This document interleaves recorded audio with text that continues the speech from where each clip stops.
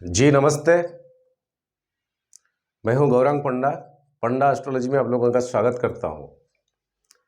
हमेशा की तरह फिर एक नए वीडियो मिथुन लग्न को लेकर आए हैं। बस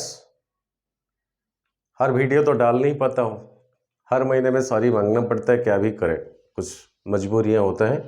लेकिन मिथुन लग्न कैसे भी हो कोशिश करके मैं डाल ही देता हूं। आज का ये वीडियो तो एनालिसिस करेंगे ही करेंगे, लेकिन इसमें एक सूचना है जो कि आगे आपको मिल जाएगा और आपके लिए ही है ये सूचना। 13 फरवरी 2023 से 15 मार्च 2023 तक का ये वीडियो है। और एग्जैक्टली संक्रांति का संक्रमण जब होता है तभी से अगले महीने का संक्रांति तक का ये वीडियो है। और दिल्ली का मैंने टाइम लिया, संक्रांति का संक्रमण होते हैं 4:48 सुबह का, और मंडे का दिन पड़ता है। एक प्लानिटरी पोजिशंस उसी दिन उसी समय का, नक्षत्र डिवीजन, ये योगा क्या बनता है, and expectation of planets, transit of planets, तारा चक्र, और चंद्रमा का एक मंथली बेसिस पे एक ट्रांजिट के ऊपर कुछ प्रेडिक्शन लगने से, इसको लगने के हिसाब से देखें, इससे राशि के हिसाब से ये वीडियो नहीं है। और कभी कभार राशि से मैच भी कर लेता है, लेकिन ये लगने के हिसाब से का वीडियो है। मिथुन लग्न ये 3 नंबर का है, तभी तो ये वीडियो आपके लिए है। जैसे कि यहां से शुरुआत करें, 1 2 3, यही है मिथुन और राशि। यहीं पर अगर LASC ऐसा क्या कुछ एक लिखा है, तब तो ये वीडियो आपका है। हाँ, मान लीजिए यहाँ अगर चंद्रमा भी होगा, आपका मिथुन राशि भी हो सकता, लेकिन यहाँ एक लिखा होना जरूरी है ताकि आपको वीडियो होगा। और एक नवांश लिया है इसी डेट इसी टाइमिंग का। इसी नवांश में बेसिकली शनि को देखना जरूरी है कि वो कितना दिन तक नवांश में, किसका नवांश में पड़ते हैं। तो लिया तो है नवांश, लेकिन शनि ये तुला में, शुक्र का नवांश में लगभग 3-4 दिन तक रहते हैं, बाद में वो चेंज हो जाते हैं। बीते वीडियो में मैं बहुत कुछ बताया था, फिर से दोहरा रहा हूं। इसीलिए तो मिथुन लग्न में वो काबिलियत है, ताकि कहीं ना कहीं मेरे से बहुत दिल से जुड़ता है मिथुन लग्न। बुधदेव है आपका लग्नाधिपति। बोला था मैंने कि थोड़ा सबर करे, थोड़ा वेट करे, स्पीड नहीं पकड़ेगा आपका, लेकिन चलेगा आराम से। एक पेड़ ना, उसका पत्ता झड़ गया, फूल झड़ गया, सूखा पड़ गया और मरने लगा था। इंसान का जो स्केलेटन होता है, कंकाल जैसा एक पेड़ दिखता था। 9th हाउस को शनि गए हैं, फिर से वो जीवित हो उठेगा, फिर से छोटी छोटी कलियां, पत्ता इसमें उभर कर आएगा, फिर से फूल होगा, फिर से फल होगा। ये कोई 1-2 दिन का बात नहीं है। शनि बहुत स्लोएस्ट प्लैनेट है। 2.5 साल तक एक ही राशि में वो रहते हैं, तो 2.5 साल कहाँ है? 17 जनवरी से अभी अभी शनि का ट्रांजिट हुआ है, तो ये 15 दिन में ऐसा कुछ नहीं बदलेगा, लेकिन कुछ बदल रहा है, आपको महसूस हुई होगी। कई लोगों का कमेंट्स आया कि जब से शनि 9th हाउस को चले गए कुछ प्रॉब्लम और बढ़ने लगा है। ये शनि की वजह से नहीं बढ़ा है, ये आपका ये मंगल देव का वजह से बढ़े हैं, क्योंकि 6th हाउस का ओनर आपका मंगल 12वां घर में अभी बैठे हैं, और ये शुक्र का घर है। तो कहीं ना कहीं डिस्प्यूट्स, मनी, फाइनेंस सेक्टर में किसी को दिया, पेमेंट ठीक से नहीं हो रहा है, किसी से लिया, दे नहीं पाते हो, वजह जिसके आपको कई परेशानी का सामना करना पड़ता है। 12वां घर किसी का भी हो सकता, खुद का भी हो सकता, कोई हॉस्पिटलाइजेशन या डॉक्टर की चक्कर लगाना। 12वां घर मंगल एक हॉट टेम्परामेंट प्लैनेट यहीं पर है। कहीं ना कहीं दाम्पत्य जीवन में क्या छोटे मोटे क्या कुछ चीज़ों को लेकर शायद वो बढ़ने लगा हुआ होगा। इसके लिए शनि को जिम्मेदार मत दीजिए। शनि है आपका भाग्य भाव का अधिपति है, मूल त्रिकोण राशि में अभी अभी गए हैं, एक ही प्लैनेट हमारा सब कुछ मेंटेन नहीं करता है। ये जैसे 5 अंगूठी होती है ना, 5 के 5 सभी का कुछ ना कुछ काम अलग है। लग्न आपका शरीर है, सेकंड हाउस आपका वेल्थ है, तो थर्ड हाउस आपका भाई बहन कम्युनिकेशन है, फोर्थ आपका सुख का घर है, फिफ्थ आपका बच्चा का घर है, सिक्स से आपका कोर्ट कचहरी, आपका टारगेट डेस्टिनेशन फुलफिलमेंट होना, नौकरी वगैरह पैसा जहाँ से हम कमाते हैं। सेवेंथ होती है हमारा दाम्पत्य जीवन का कारक, जो कि अहमियत बहुत होती है जीवन में। 8 हाउस होते हैं unexpectable gain, unexpectable loss, inheritance, कुछ पाए या ना पाए अचानक से मिलना। 9th हाउस आपका भाग्य का और 10th हाउस आपका प्रोफेशन का। 11th हाउस आपका जो एफर्ट लगाते हो उसी का नतीजा जो होता है इनकम। इनकम को करेंसी से मत जोड़िए। 12 हाउस एक्सपेंडिचर का। तो एक ही प्लैनेट सब कुछ नहीं देते हैं, एक ही प्लैनेट सब कुछ नहीं करते हैं। एक साइड मान लिए कोई करोड़पति है, उनका 50 जहाज चला हुआ है मुंबई का पोर्ट में, प्राइवेट सेक्टर का मेराइन सिस्टम है, कि बच्चा नहीं है। कहीं क्या IVS ना UVS कैसा डॉक्टरी भाषा में बोला जाता है, या कहीं से अडॉप्ट करना, यही चीज है ज्योतिष, कि एक ही सेक्टर मिल तो जाएगा, अनदर सेक्टर मिलेगा नहीं। 5 अंगूठी समान नहीं होती है, चीज को समझना पड़ता है, हर ख्वाहिश पूरी नहीं होती है। तो चले, वीडियो बहुत लंबा हो जाएगा। ये बुद्धदेव इसी महीने में कई फैक्टर्स दे देकर जाएंगे। देखें, 7 फरवरी 2023, ये 13 फरवरी 2023 से ही वीडियो 7 तक वो मकर साइन में एंट्री हो गए। एंड ये 14 तारीख को श्रवणा नक्षत्र में, 14 तारीख को श्रवणा नक्षत्र में, श्रवणा नक्षत्र मीन्स चंद्रमा का नक्षत्र है। बुद्ध चंद्रमा में बनते नहीं है। एक कहानी मैंने कहा था ना, एक कहानी दोहरा रहा हूं, आज वीडियो लंबा होने दीजिए। कोई नया व्यूअर शायद अच्छा नहीं लगेगा, बहुत कमेंट्स आता है कि शॉर्टकट में बनाए, सॉरी मैं कर नहीं सकता। देखिए, चंद्रमा से बुद्धदेव का एनिमिटी है। पत्नी तारा बृहस्पति का, पत्नी तारा बृहस्पति का, वो तारा के साथ चंद्रमा का अफेयर्स हुआ। गुरुपत्नी हरण किए हैं चंद्रमा ने, और वो कंसीव हुए। उसके बाद बुद्धदेव का जन्म हुआ तारा से।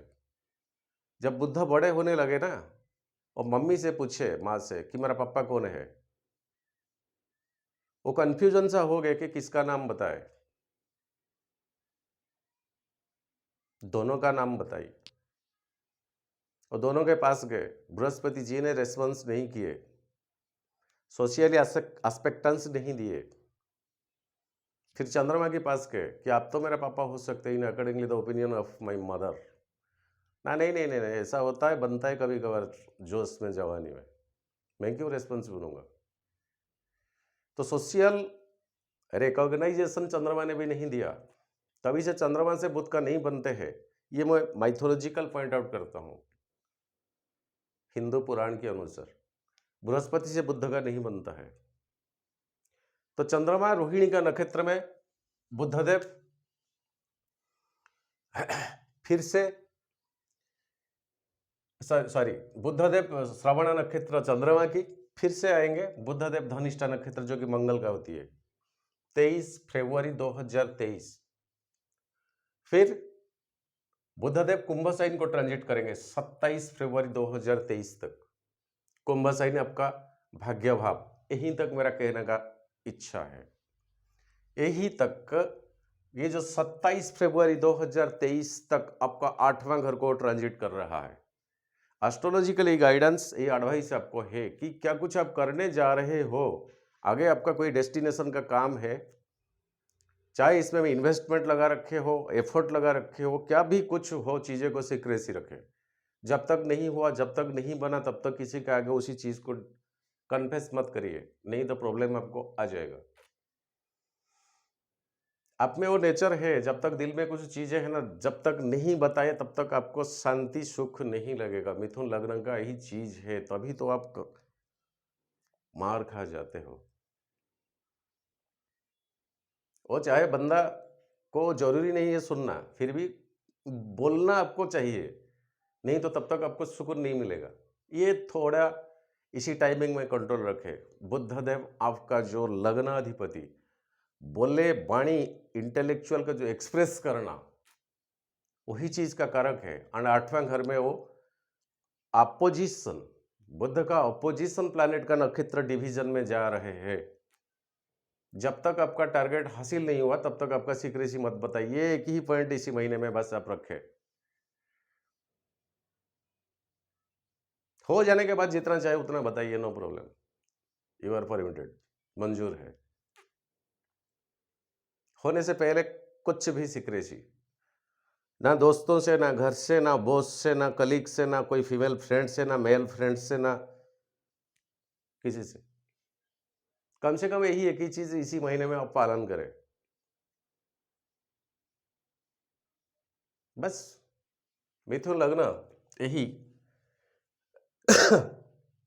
प्रभु गणपति का जगह ही है। गणेश का कुछ तो प्रेयर, कुछ तो बंधन, कुछ तो स्तुति, कुछ तो करे हर रोज। और सरस्वती पूजा जो होती है श्री पंचमी ना, ये बीते कुछ दिनों से पहले गए हैं। एग्जैक्टली आप देखिएगा, उससे पहले का एक दिन पड़ता है, वो दिन होता है बरदा गणेश चतुर्थी। श्री पंचमी के दिन पड़ता है सरस्वती पूजा, एग्जैक्टली उससे पहले का दिन बरदा गणेश पूजा। यही है आपका इष्ट देव। कोई पूजन नहीं करते हैं, कोई पूजन नहीं करते, लेकिन वो तांत्रिक पद्धति का गणेश है। चतुर्थी तिथि में ओ बरदा गणेश चतुर्थी याद रखिए। साल में एक ही बार उसी दिन का पूजन करे, या व्रत रखे, या उपवास रखे। ये संकष्टी चतुर्थी, ये बस एक ही दिन रखे। उसको जितना धूमधाम से आप मेंटेन कर सकते हैं। बरदा गणेश चतुर्थी, मिथुन राशि का इष्ट देव, जो कि कलयुग में हनुमान जी, उसके बाद कोई आता है तो प्रभु गणेश जी। तो ये बुद्ध का सिग्निफिकेंस मैंने बताया। फिर चलते हैं आपका 5th हाउस का जो ओनर शुक्रदेव। शुक्र मीन साइन को 15 तारीख को चाहेंगे। 15 तारीख, ये 13 फरवरी तक से वीडियो शुरुआत है। 15 तारीख को मीना साइन को चले जाएंगे। ये 10th हाउस आपका, 5th लॉर्ड 10th को जाएंगे। देखें दोस्तों, ये कुछ बेसिक पॉइंट है। यहाँ शुक्र जाएंगे, लेकिन शुक्र का वो जगह इतना उच्च का है, हाँ थोड़ा बहुत तो डिग्री का फर्क है। एक मिनट,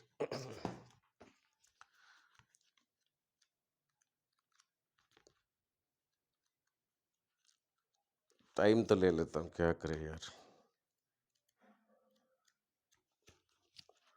अरे निकल जा।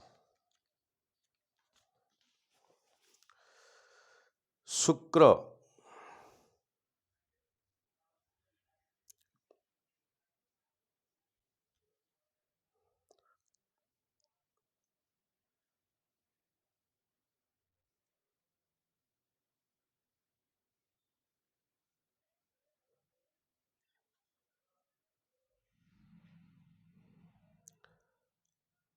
शुक्र यहां 27 डिग्री तक उच्च का है, उसके बाद नहीं, उसके बाद नहीं। 27 डिग्री तक यही राशि में वो उच्च का है। और शुक्र मीन साइन को चले जाएंगे। 18 तारीख को उत्तरा भाद्रपदा नक्षत्र को बिलोंग्स करेंगे, जो कि शनि का है। देखें स्थिति इस महीने में आपका कैसा होता है। प्लैनेटरी पोजीशंस, शुक्र शनि बंडिंग प्लैनेट्स है। शनि आपका भाग्य भाव का अधिपति, शुक्र आपका क्रिएटिविटी एक्टिविटीज का प्लैनेट है। और यही शुक्र जा रहे हैं खुद का उच्च का घर को, उच्च का जगह को, शनि का नक्षत्र डिवीजन। इसके बाद 1 मार्च को, मैंने 15 मार्च तक लिखा है, 1 मार्च को शुक्र रेवती नक्षत्र को बिलोंग्स करेंगे, वो भी बुध का है। तो ये टाइमिंग 13 फरवरी टू 15 मार्च कई लिहाज से, हर क्रिएटिविटी एक्टिविटीज की लिहाज से आपके लिए बेटर नहीं बेस्ट है। कुछ दुविधा लेकर मैं बातें नहीं कर रहा हूं।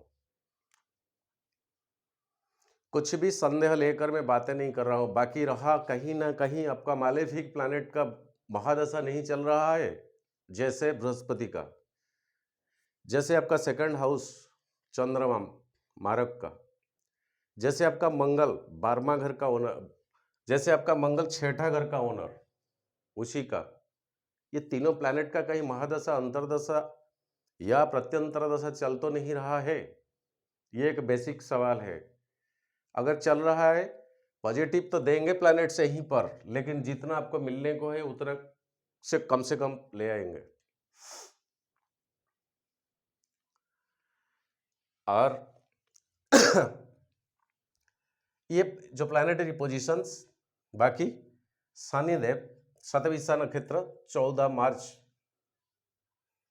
मार्च को शतभिषा नक्षत्र को ट्रांजिट करेंगे।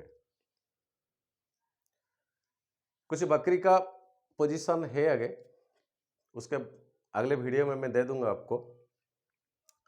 लेकिन शतभिषा जो राहु के नक्षत्र को शनि जी ट्रांजिट करेंगे, और बृहस्पति आपका रेवती नक्षत्र 26 फरवरी 2023, मतलब 13 फरवरी के 10 दिन बाद 26 फरवरी 2023 को मंगल देव की नक्षत्र में आएंगे, ये सॉरी बुध देव की नक्षत्र में आएंगे।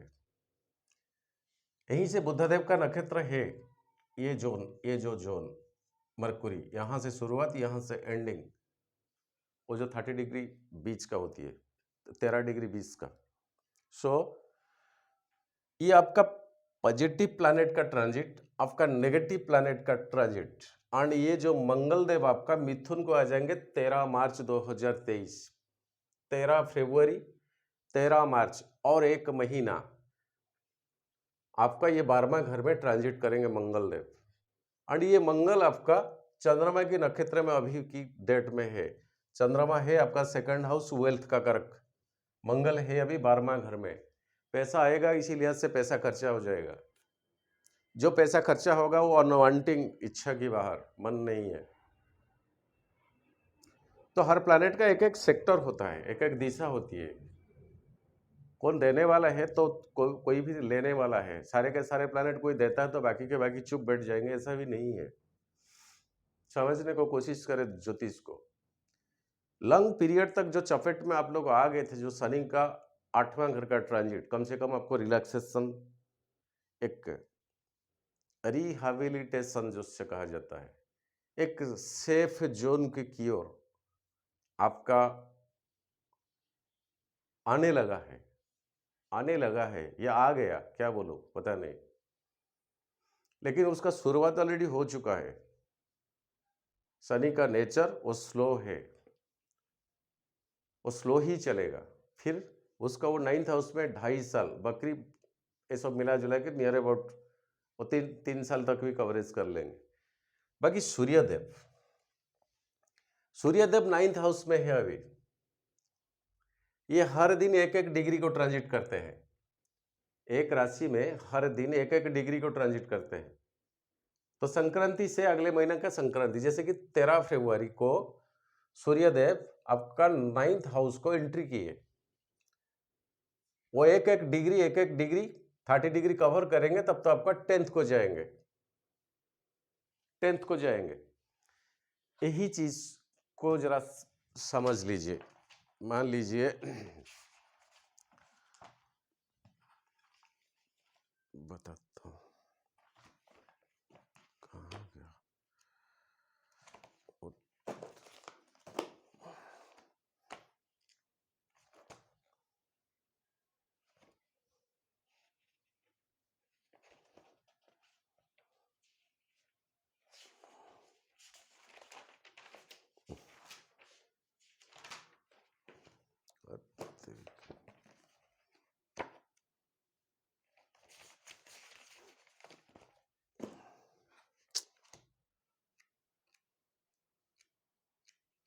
नहीं, ऐसे समझ लेता हूं। जो 1-1 डिग्री पास करेंगे, शुक्र अगर 9.5 डिग्री की डिफरेंस में रहेंगे सूर्य के साथ, जब तक सूर्य यहां 1 डिग्री में एंट्री करेंगे इसी तारीख को, 1 डिग्री से शुक्र जब तक 9.5 डिग्री से कई अथर्स बताता है 11 डिग्री तक, तब तक शुक्र अस्त रहेंगे, कंब्यूस्ट जिसे कहा जाता है। और जितना नियर बाय हो जाएंगे, मान लीजिए वो 11 डिग्री तक सूरज आ जाएंगे, उसके बाद फिर उसको कवरेज करके फिर अनदर 10 डिग्री तक जाएंगे या 11 डिग्री तक जाएंगे, लगभग ऐसे 22 डिग्री तक ये प्लैनेट यहीं पर कंब्यूस्ट होता है। वो टेक्निक को समझने को कोशिश करें। जहां पर भी सूरज है, मान लीजिए यहीं से 10 डिग्री और इधर भी 10 डिग्री ना, तभी तो कंब्यूस्ट रहेंगे ना। तो 10 डिग्री कई अथर 11 डिग्री बताता है, तो 22 डिग्री तक सूरज का, ये कुंभ साइन का 22 डिग्री तक शुक्रदेव आपका अस्त रहेंगे। अस्त रहेंगे, अस्त का मतलब कंब्यूस्ट रहेंगे। हाँ, कई अथर का कई ओपिनियन है, लेकिन मैं कुछ अलग समझता हूं इसी चीज को। हर प्लैनेट सूरज से अपना तेज रिसीव करते हैं, हर प्लैनेट सूरज से ही अपना पावर रिसीव करते हैं। कोई लाइट किसी कलर के ऊपर पड़ता है तो ये तो नॉर्मल सा लाइट है, लेकिन वो जो कलर जो होता है उसी हिसाब से वो रिफ्लेक्ट करता है। लेकिन लाइट एक ही है। इसमें से जो 7 रंग किरणें होते हैं वो रिसीव करते हैं। इसमें से वो जो चीज वो रिसीव करने के बाद खुद का जो कलर, वो कलर को एक्टिवेटेड कर लेते हैं। तो कंबिस्ट क्या है? नियर बाय हो जाने के बाद सूरज के पास कोई प्लैनेट, तो सूरज से वो तेज और ज्यादा रिसीव करता है ना। कंबिस्ट अस्त क्या है पता नहीं। मेरा भी ये 22 साल तक का ये कंफ्यूजन का चीज है। देखे, एक्स को ज्योतिष आता नहीं, लेकिन कुछ आता है। उसका अगर किसी के साथ लॉजिक कुछ बनता है, वो अगर मान लीजिए मेरे साथ है, मैं उसका पास हूँ, मैं उसका साथ हूँ, तो उसका ताकत तो बढ़ ही जाएगा, वो लॉजिक जबरदस्त करेगा, क्योंकि उसका अपना खुद का बल तो बढ़ ही जाएगा उस टाइम कि हाँ, कहीं अगर मेरे से हो नहीं पाएगा तो सार तो है, कम से कम उनका जितना नॉलेज है वो तो बता पाएंगे कुछ। तो कंबिस्ट क्या है? अस्त। क्या अस्त है? उसी टाइमिंग ज्यादा ज्यादा एनर्जी रिसीव करता है प्लैनेट। इसको प्रैक्टिकलिटी इसी महीने में ले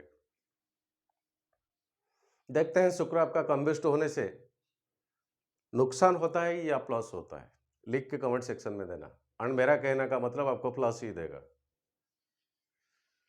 उसके बाद शनिदेव, वो भी अस्त रहेंगे यही हिसाब से।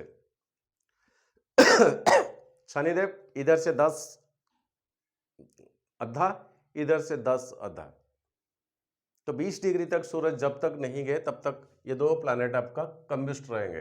और पीछे से बुधदेव है, वो कुंभ साइन को 27 तारीख को जाएंगे। बोला ना, 27 तक कोई भी नया चीज का सीक्रेसी किसी को मत दीजिए। ये 27 फरवरी तक बस, उसके बाद जो करना करिए, क्योंकि 27 के बाद सतविसा नक्षत्र आपको मिल जाता है और आपको शनि का नक्षत्र मिल जाता है लग्नाधिपति का। कोई चिंता की आवश्यकता नहीं है उस टाइम। ये तीनों प्लैनेट्स यही, इनका रोल यही है। बाकी राहु ऐसे तो है 11th हाउस में, ये भी अश्विनी नक्षत्र अब ट्रांसफॉर्मेशन हो रहा है 21 तारीख को। 21 तारीख को अश्विनी नक्षत्र है केतुदेव का। अश्विनी नक्षत्र केतुदेव का है एंड केतु राहु के नक्षत्र को बिलोंग्स करता है। अजब सा कहानी है इसी महीने में।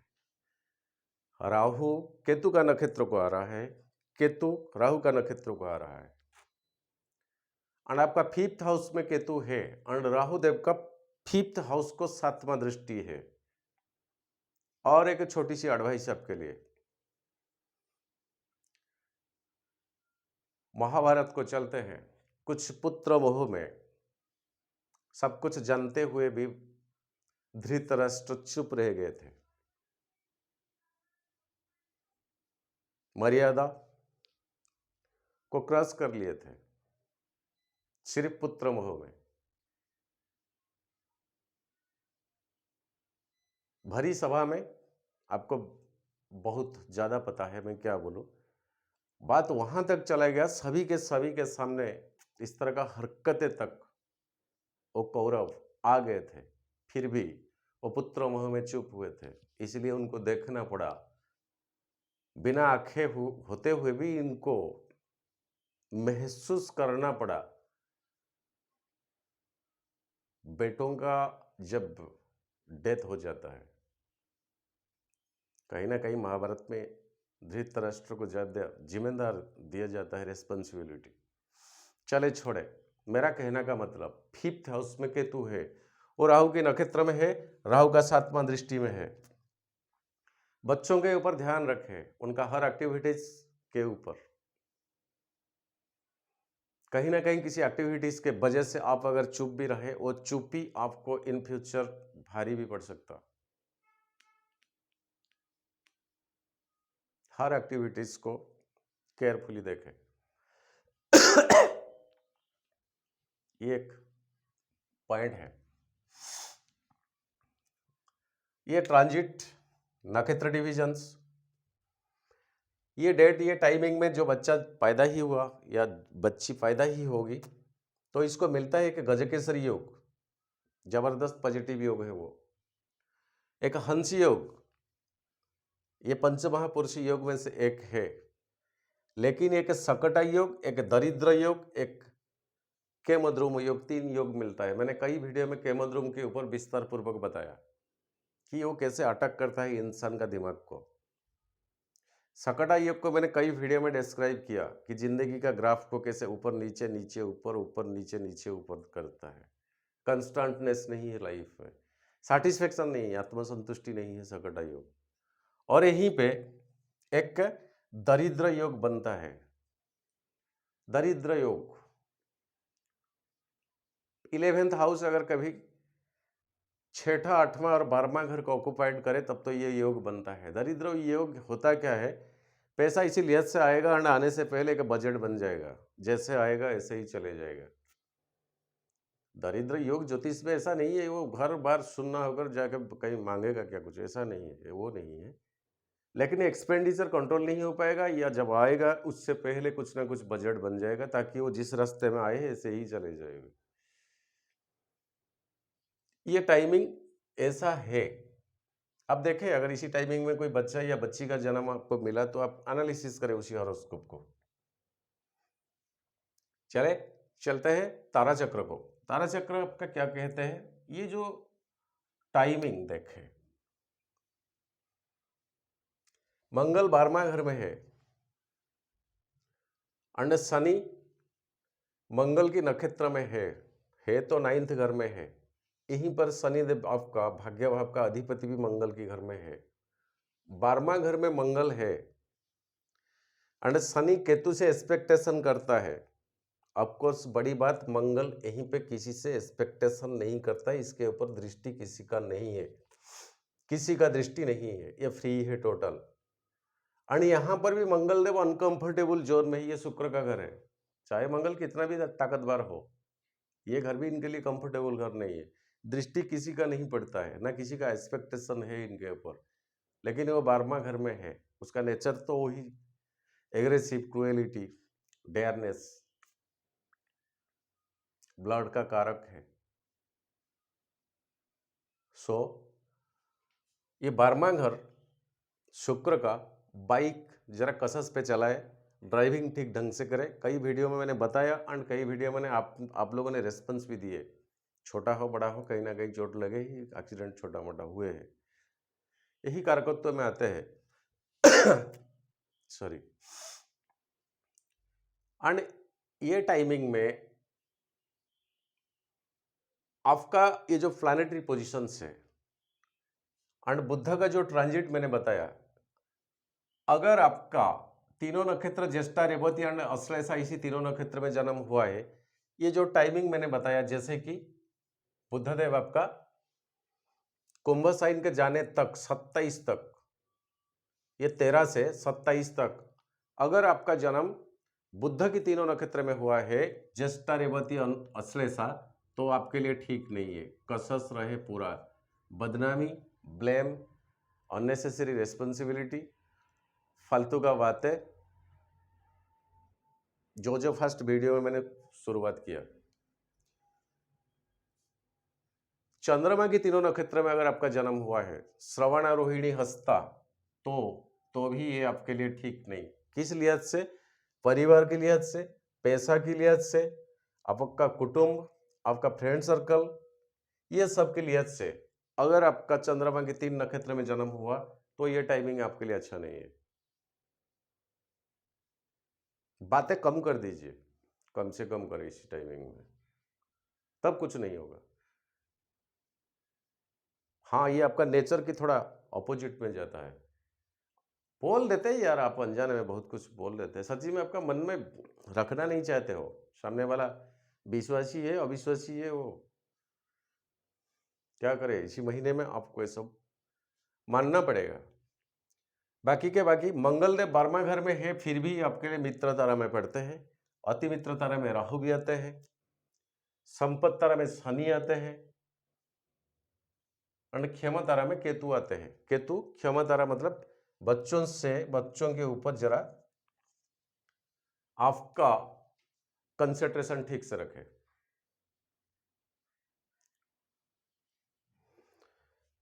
चलते हैं चंद्रमा की ट्रांजिट। जो विशेष सूचना मैं अभी तक नहीं बताया, बहुत बड़ी बात है, बताऊंगा वीडियो लास्ट में। यह आपका काम है, आपके लिए मैंने सोचा है। देखिए, तुला साइन को ट्रांजिट करता है इसी दिन। तुला आपका 5th हाउस, ये जो 5th हाउस क्रिएटिविटी एक्टिविटीज का घर, राहु का 5वां दृष्टि, फिर भी 5वां घर, ये 13 तारीख का आपका ठीक जाएगा। 16 तारीख वृश्चिक का 6ठा घर, मंगल का 7वां दृष्टि, मंगल 12वां घर में है, ये बिल्कुल ठीक नहीं है। किसी के साथ फालतू का पंगा मत करे, बढ़ेगा, बात बढ़ेगा। धनु साइन 18 तारीख, 7वां घर है ये आपका, बृहस्पति का ऑफकोर्स घर है, राहु का 9वां दृष्टि। फिर भी घर का माहौल को ठीक ठाक रखें, छोटे मोटे बातों में आकर कुछ एग्रेसिव ना बने। मकर राशि 20 तारीख को ट्रांजिट करेगा, उस टाइम बुधदेव चले गए होंगे 7 से 23, कुंभ को 27 नहीं होंगे यहाँ। बुधदेव के साथ चंद्रमा 8वां घर, ठीक नहीं रहेगा, कहीं से एक नेगेटिव इन्फ्लुएंस मिलता है। बिल्कुल बात के ऊपर लगाम रखिए, उसी दिन कम से कम बात करें, ऑफिस हो, घर हो, बिजनेस हो, कहीं भी हो। कुंभ साइन 22 तारीख, ये 9वां घर, तब तक शनि है, सूर्य है, और शुक्रदेव 12 मार्च वो भी रहेंगे। 3 के साथ चंद्रमा आ जाएंगे 9th हाउस, 2 मित्र ग्रह बन जाएंगे, सूर्य और चंद्रमा। अपोजिशन ग्रह दोनों बन जाएंगे, सूर्य, शुक्र और शनि, फिर भी 9th हाउस। अरे यार, टकराव जोर है, लेकिन ठीक है। मीन साइन 24 तारीख, बृहस्पति का घर 10th हाउस, ठीक रहेगा, ऐसे कुछ ऑब्स्टेकल्स नहीं है, दृष्टि भी चंद्रमा से नहीं है कोई मैलेफिक का। मेष साइन 26 को 11th हाउस राहु के साथ ग्रहण दोष बनेगा, फिर भी ठीक रहेगा पैसा के लिहाज से। वृषभ साइन खुद का राशि है, मंगल के साथ एक्सपेंडिचर कराएगा, लेकिन कोई मैनर में कराएगा।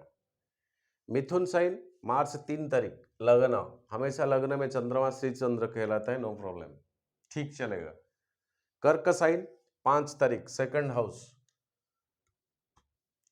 ऐसे मालेफिक प्लैनेट का कोई दृष्टि नहीं है, लेकिन बृहस्पति का 5वां एक्सपेक्टेशन, पैसा कहीं से आएगा, कोई डेट को राइट डाउन करे, मार्च 5 पैसा कहीं से आएगा, मार्च 5 पैसा कहीं से आएगा। कमेंट सेक्शन में लिखना, जरा हौसला मिलेगा। क्यों आएगा ना, ये खुद का घर है, ये 2nd हाउस है आपका वेल्थ का, बृहस्पति का 5वां दृष्टि है यहाँ, लग्नाधिपति बुधदेव आपका 8वां घर में है, तो अनएक्सपेक्टेशन गेन कहीं से, जो कि आपने कहीं सोचा नहीं था कि ये मेरे को मिलेगा, ये डेट को रिमाइंड करे। होगा तो please please please comment section में लिखे, नहीं होगा फिर भी लिखे, मंजूर है। सिंह साइन 8 तारीख, थर्ड हाउस आपका, थर्ड हाउस आपका, यहाँ शनि का 7वां दृष्टि 9 से। उसी दिन कम्युनिकेशन स्किल के ऊपर जरा नजर रखें, क्रॉस देता हूं। देखिए यही से 24 तारीख से टिल 5 मार्च तक आपका टाइमिंग बहुत फेवरेबल रहता है। ये 6, 5, 11 दिन बीच में, एंड जो कि ट्रांजिट मैंने बताया, यूज करें, यूटिलाइजेशन करें ज्योतिष को, जो 11 दिन इसी महीने में देखते हैं क्या होता है। देख, मैं कोई ज्ञानी गुणी ऋषि महर्षि नहीं हूं जी, ऐसा नहीं।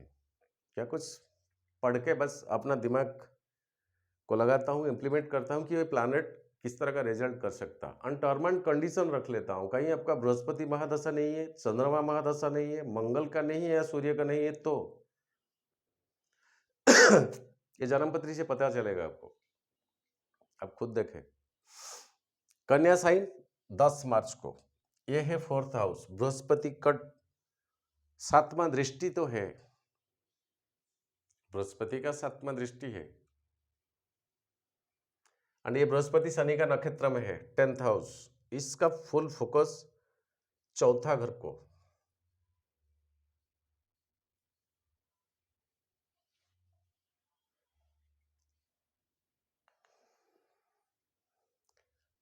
काल पुरुष की कुंडली हिसाब से अगर देखा जाए तो ये हाउस, शरीर से जितना सारे गंदे की चीज हमारा एग्जिस्ट होती है, यही साइन होती है कन्या साइन। तो यहीं पर चंद्रमा का आना, बृहस्पति का 7वां दृष्टि पड़ना, तो जितने सारे चीजें गंदगी एग्जिस्ट होती है शरीर से, उससे रिलेटेड कुछ परेशानी, प्रॉब्लम,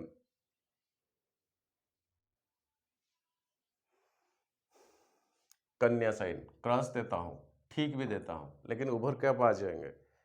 तुला साइन 13 तारीख, 5th हाउस केतु के साथ होने के बावजूद भी ठीक रहेगा। वृश्चिका 15 तारीख को, ये 6ठा घर, फिर से मंगल का दृष्टि, ये ठीक ठाक हाउस नहीं है, किसी से झगड़ा मत करे, क्वारल मत करे। यही एक अप्रोक्सीमेटली मंथली ट्रांजैक्शन, जो प्लानिटरी ट्रांजैक्शन, विशेष सूचना मन करता है इसी बार, जैसे कि कई व्यूअर्स तो आप जोड़े थे, जैसे कि 22 जुलाई 2022 मेरा बर्थडे था, मेरा जन्मदिन, और मैंने सोचा कि मेरा बर्थडे को हमेशा तो इस तरह का में मनाते हैं, लेकिन इस बार व्यूअर्स के साथ, मेरा सब्सक्राइब लोगों के साथ मनाए, इसीलिए कि एकादश रुद्री मैंने कराया था, जिसमें मैं कर्ता पे बैठा था, बाकी कई सारे ब्राह्मण से थे, और आपका मैंने वीडियो के जरिए मैंने बोला था कि आपका राशि, लग्न, आपका गोत्र और आपका शुभ नाम, ये तीनों चाहिए। वो एकादश रुद्री में आपके नाम पे संकल्प और वाक्य कराया जाएगा, जो कि लाइव में मैं खुद आऊँगा, वो ब्राह्मण्स रहेंगे, आपका नाम पढ़ाया जाएगा वही के वही जगह में, एकादश रुद्री जहाँ पर होता है वह होगा। इसी बार 18 तारीख को महाशिवरात्रि, प्रभु शिव जी का, स्वयं महाकाल का बहुत बड़ा अनोखा दिन है। महाकाल जो समय से परे है, समय से परे, समय के बाद कुछ नहीं होता है, लेकिन समय के बाद ही होते हैं। वो काल के ऊपर मॉनिटरिंग करते हैं महाकाल, उन्हीं का वो एक दिन महाशिवरात्रि 18 फरवरी। उसी दिन मैंने फिर से ही सोचा, कई सारे व्यूअर्स, आप लोगों का टेलीफोन कॉल्स ऐसे मिले, सोचा कि उसी दिन क्यों आप लोगों के लिए फिर से ना करें वही एकादश रुद्री, वही एकादश रुद्री, लेकिन इसी बार कुछ एक्सटेंशन करने का मन करता है। क्या? कुछ भिखारी, कुछ निसहाय लोग, कुछ नॉन क्योरेबल डिजीज जिनको हुआ है, मैं बोलना मन नहीं करता हूँ, जिनको जो सब कोढ़, लेपर वगैरह का कुछ हुआ है, कोशिश बहुत करूँगा उन्हीं में से वो शहर में कितना मिलेंगे मेरे को, जितना मिलेंगे उतना अच्छा, 100-150 भी मिलेंगे उतना अच्छा। एंड वो प्रसाद वही मंदिर पे बनाया जाएगा एंड उनको खिलाने का मन करता है। रात को शिवरात्रि, महादीप उठेगा ऊपर तक, दिन में ये प्रक्रिया एंड मैं फिर से लाइव रहूँगा। एंड आप फिर से परिवार में अगर एक जन, तो एक ही का नाम, गोत्र, राशि एंड लग्न, ये 4 चाहिए। बीते बार आप ढंग से ठीक से दे नहीं पाए थे। अगर किसको लग्न राशि पता नहीं है तो डायरेक्ट संपर्क करें, मेरे को व्हाट्सएप में लिखे कि पता नहीं है, बर्थ डिटेल दे दीजिए, डेट टाइम एंड प्लेस, मैं निकाल के इसमें मेंशन कर दूंगा। बीते बार 101 रुपया मैंने कहा था आप लोगों को दक्षिणा के रूप में भेजने के लिए, ताकि वो ब्राह्मण लोग बाकी के बाकी कुछ काम में वो लगेगा। लेकिन इस बार थोड़ा ये प्रक्रिया को एक्सटेंशन कराना चाहता हूँ। तो अगर आपका मन में वो स्पिरिचुअलिटी है, वो भावना है, और उसी दिन महाशिवरात्रि है, आपका नाम का संकल्प वही जगह पे लाइव में मैं कराऊंगा जैसे कराए थे। ज़्यादा बोलने की कोई ज़रूरत नहीं है। इसी बार 201 रखा गया एक मेंबर के लिए, 201। ये अगर आपको सही लगे तो ये जो नंबर है ये व्हाट्सएप का है, फ़ोनपे का है, गूगल पे का है एंड पेटीएम का है। जरूरी है इसमें आप पर ईच 201 भेजें। अगर परिवार में और कुछ मेंबर का भेजना तो इनटू उतना मेंबर्स करके भेजिए। हर कोई का नाम, राशि, लगना, अंड, गोत्र पक्का पत्ता होना चाहिए। अगर इसी में से आप कुछ नहीं, गोत्र नहीं दोगे तो वही आधा अधूरापन का संकल्प कराया जाएगा। इसके लिए मैं क्या करूं, क्या कर सकता। अगर आपको लग्न राशि पता नहीं है, बर्थ डिटेल दे दीजिए, मैं निकाल लूंगा, कोई प्रॉब्लम नहीं। एंड इसमें आप कितना सीरियल नंबर मिले आप पता कर लीजिए, ताकि जब वो लाइव वीडियो में इतने सारे लोग आएंगे ना, लाइव वीडियो में आपका नाम पढ़ाया गया, कम से कम आपको कन्फर्मेशन होना चाहिए। मान लीजिए आपका नंबर 62 है, हो सके तो मैं खुद पढ़ूंगा, हो सके तो हमारे जो मेन ब्राह्मण वो भी पढ़ूंगा। तो ये क्लियर हो जाना चाहिए आपको कि हाँ मेरा नाम पढ़ाया गया है, जो नाम मैंने दिए थे। 202 पर ईच, 18 फरवरी, ऐसा सोच रखा है। अच्छा लगे आपको मिथुन वाले तो ठीक, बताने को था मैंने बता दिया, बस मेरा ड्यूटी मैं ही कर रहा हूँ। एक गीत हिंदी सिनेमा का याद आ रहा है मेरे को। हमको भी गम ने मारा, तुमको भी गम ने मारा, हम सबको गम ने मारा, इस गम को मार डालो। वो जो समय 2.5-3 साल चपेट में हम सभी लोग आए थे ना, हमें ही पता है। तो ईश्वर की कृपा से बस हम हैं, लेकिन वो समय चले गए। कुछ अच्छा समय तक हम आ गए। इसी बीच में कोरोना भी गया है, बहुत कुछ गया है ये 3 साल में। बावजूद इसके हम पार करके यहाँ तक आ गए, इससे बड़ी बात कुछ नहीं। जो विश्व नियंता, विश्व सृष्टा प्रभु जी हमें लाए, कम से कम उन्हीं के लिए क्या कुछ छोटी मोटी प्रार्थना तो करें। फिर उन्हीं का दिन में, वो महाशिवरात्रि के दिन में, बस आज के लिए इतना। नमस्ते, जय जगन्नाथ।